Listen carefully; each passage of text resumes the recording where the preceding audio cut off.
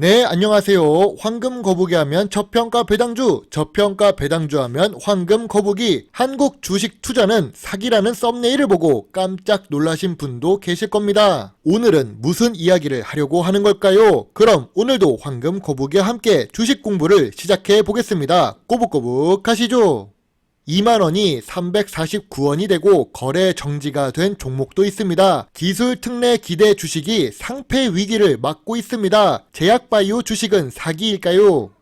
뉴스 제목만 보면 정말 무섭습니다. 폭탄 안고 달리는 K바이오, 코스닥 시장 성장성 특례 상장 1호 셀리버리는 현재 거래 정지 중입니다. 한때 10만원이 넘었던 주가가 지금은 90% 하락한 상태이고, 그보다 중요한 것은 그 주가에도 거래가 되지 않고 있다는 사실입니다. 투자자들 사이에서는 바이오 주식은 코인이나 혹은 코인보다 더 하다고 합니다.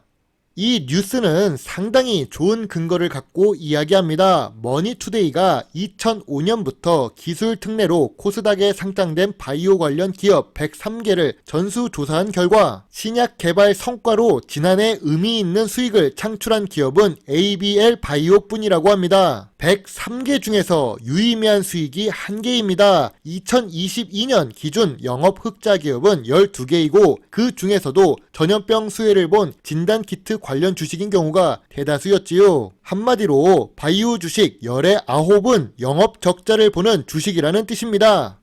진짜로 한국 바이오 주식은 전부 사기일까요? 황금 거북이는 저평가 배당 주식을 투자합니다. 그 중에서도 제약 바이오 업종에 투자하는 종목도 있지요. 바로 셀트리온과 광동제약, 동아소시오 홀딩스입니다.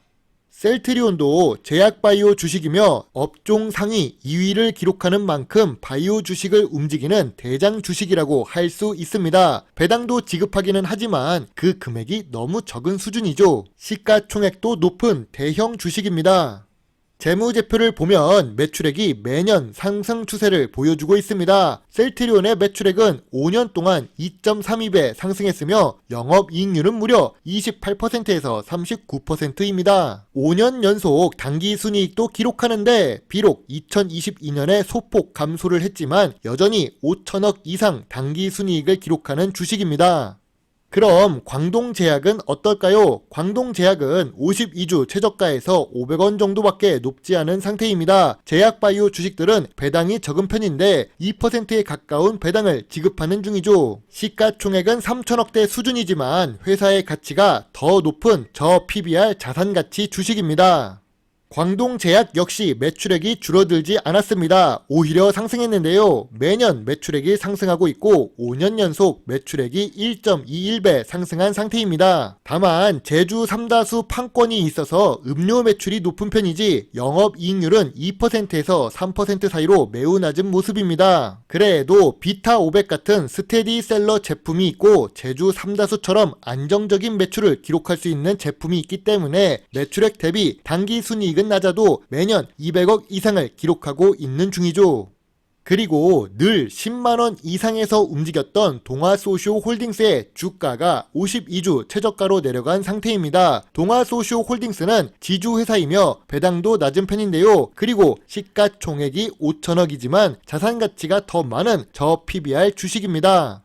동아소시오 홀딩스 역시 매년 매출액이 상승하고 있습니다. 5년 동안 1.43배 상승했고 5년 연속 영업이익을 기록하고 있지요. 다만 지주회사라서 영업이익률이 3%에서 7% 사이로 낮은 편입니다. 2018년에 단기 순손실을 기록하기는 했지만 그래도 4년 연속 단기 순이익을 기록하고 있지요. 최근 주가가 하락한 이유는 2022년 단기 순이익이 대폭 감소한 영향도 있습니다.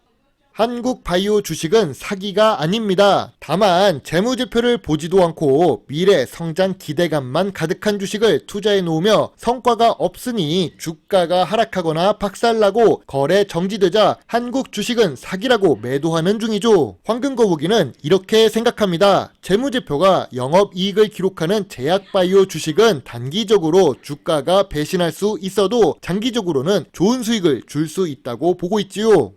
특히 2023년 4월 4일과 5일 업종별 시세를 보면 제약바이오 및 건강 관련 업종 주가가 상승했다는 것을 알 수 있습니다. 이미 업종 상위 11개 안에 건강 및 제약바이오 업종이 5개나 있으니까요. 그럼 이런 뉴스는 왜 나오고 있는 걸까요? 황금 거북이가 생각하기에는 마지막으로 개미를 털려고 하는 것 같습니다. 아직도 제약바이오 주식에 개미가 붙어 있어 기관 투자자가 잘 먹으려고 하는데 저점에서 올라타지 못하게 하려는 것 같습니다. 한국 제약 바이오 주식들을 모은 ETF의 주가 흐름을 보겠습니다. 2020년 전염병 덕분에 9개월 만에 저점 대비 3배 이상 상승했습니다. 그리고 2년 동안 바이오 관련 업종 주식들은 하락하고 있었죠. 2년이란 시간은 개인 투자자가 느끼기엔 정말 긴 시간일 수 있습니다. 지쳐서 떨어져 나가는 사람들이 많아지고 있는지 2023년부터는 저점이 조금씩 높아지는 모습이 보입니다. 좋은 바이오 주식도 현재 주가가 저평가 구간인 경우가 많은데요. 황금 거북이는 어떤 주식을 피하고 있을까요? 상장 기간이 짧은 주식은 매수하지 않습니다. 아무리 좋은 주식이라고 해도 상장한 지 1년, 2년이 되지 않으면 투자를 거의 하지 않는데요. 거기다가 재무제표가 좋지 않은 주식도 마찬가지입니다. 지금 같은 금리 인상 시기에 부채 비율이 높은 주식도 매수하지 않습니다. 제일 중요한 것은 황금 같은 배당금을 주지 않는 주식을 좋아하지 않습니다.